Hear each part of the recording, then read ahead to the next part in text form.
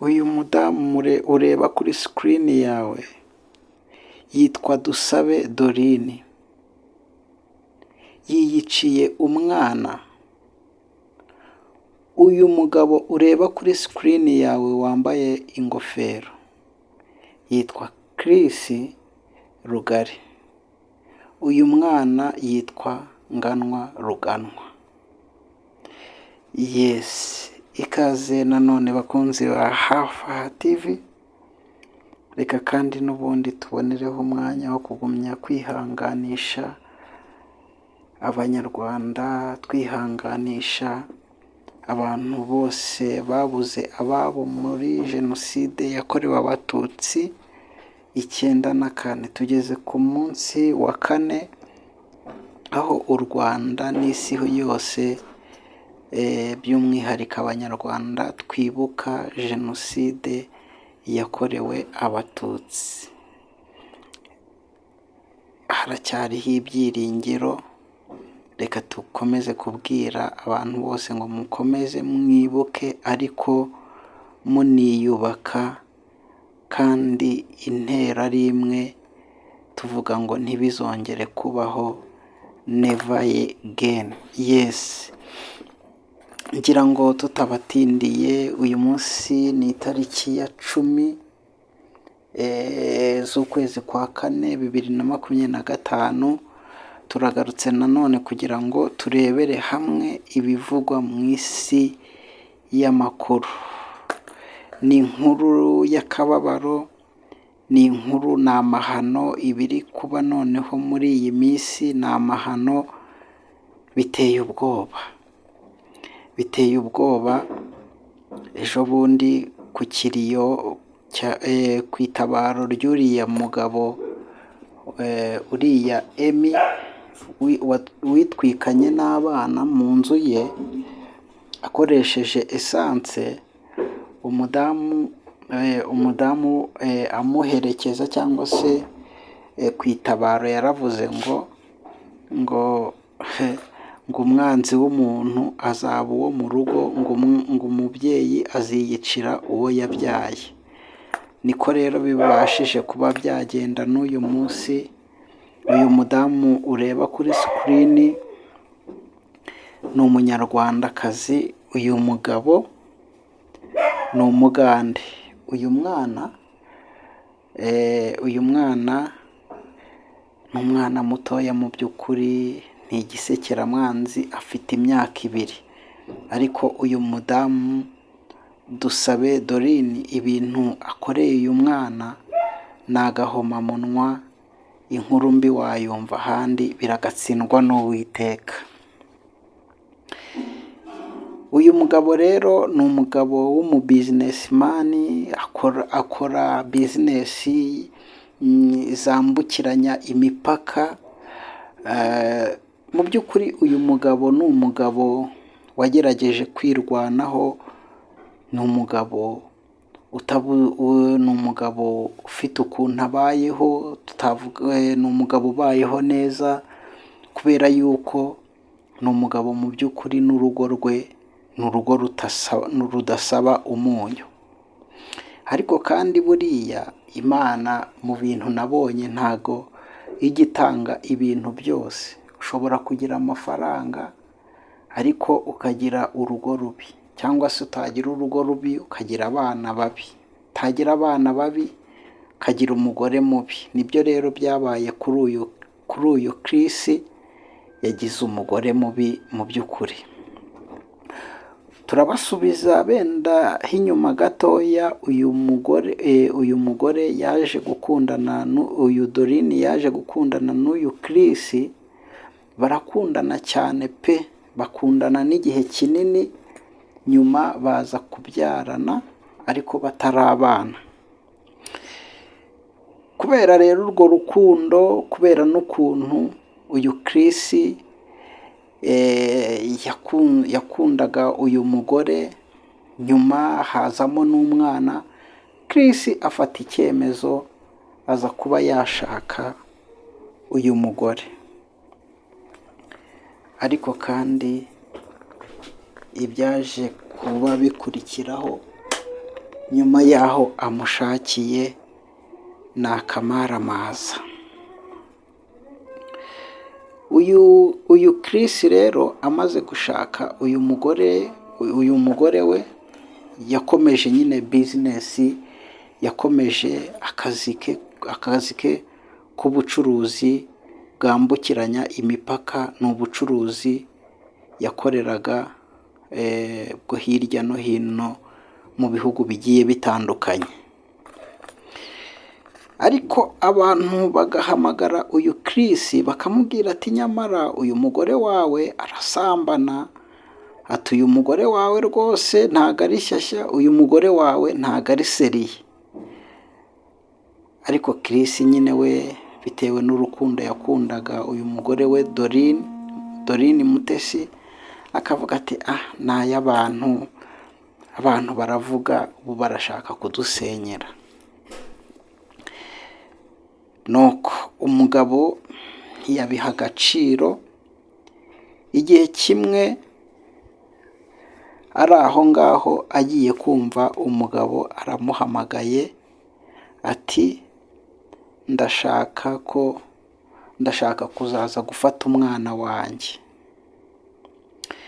Umugabo agira ngo uwo muntu yibeshye nimero cyangwa se ibyo arimo ari gukina, cyangwa se aza gukeka yuko yaba ari umuhanzi ashaka kumwumva, ashaka kumva ukuntu ariyakitinga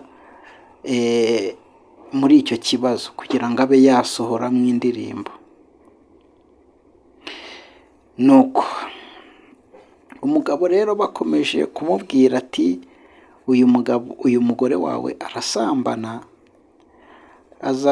aza gufata icyemezo, afata abana babiri.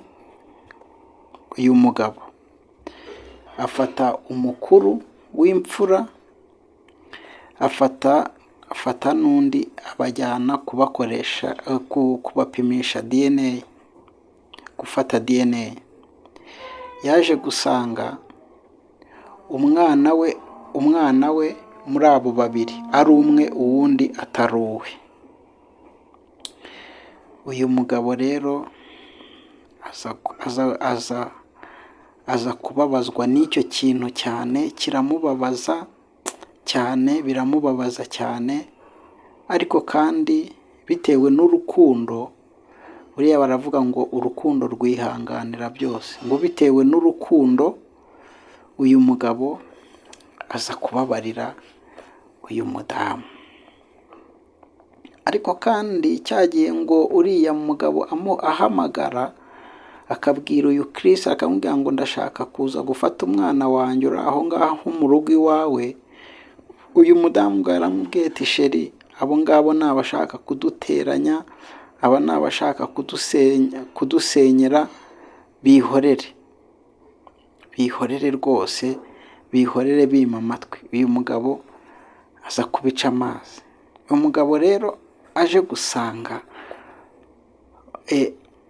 aje gufata DNA, yasanga harimo abana batarabe.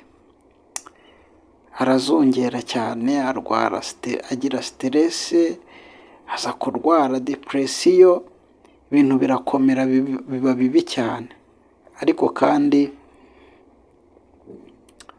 nyuma umugabo aza kwiyakira, aza kubabarira umudamu we, barakomeza urukundo, bagakomeza n'umuryango, akomeza kwiyubakira urugo. Ariko kandi akomeza na gahunda za bizinesi ye yo hanze. Umugabo nta kintu na kimwe yarimye uyu mugore we Doreen, ibintu byose yarabimuhaga, nta kintu yari yarigeze amuburana mu rugo iwe. Nuko nyuma yaho uyu mugabo ikindi kintu cyaje kumubaho gikomeye, cyaje kumubera inshoberamahanga. Uyu mugabo ni ikigeragezo gikomeye cyane kugira umugore nk'uyu nguyu, wabiri hanze kugira umugore nk'uyu nguyu, umugore nk'uyu yasangiraga n'abandi bagabo. Nuko ikindi gihe uyu mugabo, umuryango wose bari mu rugo, bicaye mu rugo n'abana bahari, uyu mugabo umwana we w'imfura w'imyaka 12 bari muri salo. Umwana wese yagiye kumva aramubwira ati dadi, ati nagira ngo nkubwire yuko mama asambana cyane, ati uyu mami azana abagabo muri iyi nzu bagiye batandukanye, agasambanira nabo muri iyi nzu, rwose dadi niko bimeze. Uyu mugabo rero byaje kumubabaza cyane, biramubabaza cyane, biramurya, afata icyemezo cyo kugana inkiko kugira ngo asabe gatanya. Uyu mugabo aranabigerageza, ashaka umwavoka, ariko kandi bamusaba gupimisha abo bana bose,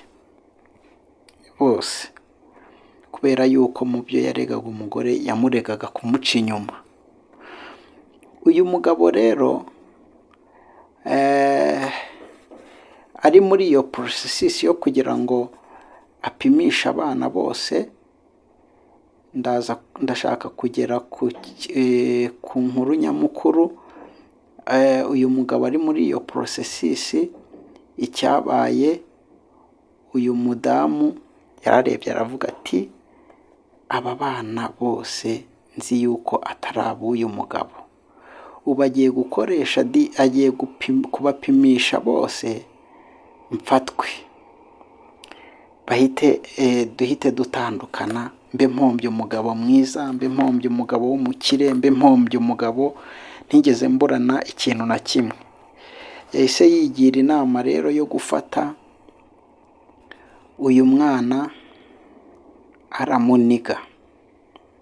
Uyu mwana witwa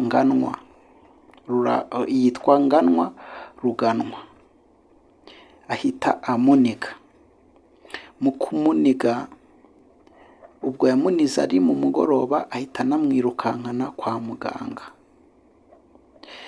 Mu kumugeza kwa muganga, abaganga bapimye umwana basanga agenda avuga ngo umwana ngo yanyuze mu idirishya, ngo ava kuri floor ya mbere, ngo arahanuka agwa hasi. Umwana bagerageza kureba ibikomere barabibura, kubera yuko bwari bwije rero baramubwira ati taha, ejo uzamuzindukane tumucishe muri scanner turebe yuko nta gufwa ryaba ryangiritse. Mu gitondo cya kare rero yaramuzindukanye, ariko kandi mu kumugezayo, umwana amugezayo yarembye. Mu kuremba haciyeho umwanya mutoya, umwana ahita apfa. Ariko kandi abaganga bapima ngo basanze uyu mwana yagize ikibazo cyo kubura umwuka. Nyine ikibazo cyabayeho, murabyumva yuko impamvu yabuze umwuka ari uko yamunize. Hahita habaho rero ibintu byo gukora iperereza. Polisi ibi byinjiyemo, babajije umukozi ati ni gute umwana yahanutse muri floor, yahanutse muri etage. Urumva bari n'abantu bakomeye, abantu baba muri etage. Ako umukozi aravuga ati nta etage yabayeho. Ikintu kibabaje rero nuko uyu mwana ngo baje gupima DNA test, basanga ngo uyu mugabo yari uw'uyu mugabo Chris babanaga. Ibyo rero nibyo byakomeje kubabaza abantu, havuga ati umugore yikoze mu nda, akora mu nda n'umugabo we. Rero iyi nkuru ikomeje kugenda ibabaza abantu, aho uyu mugore yari yavuze ati aba bana bose ndabica naho kugira ngo mbure umugabo.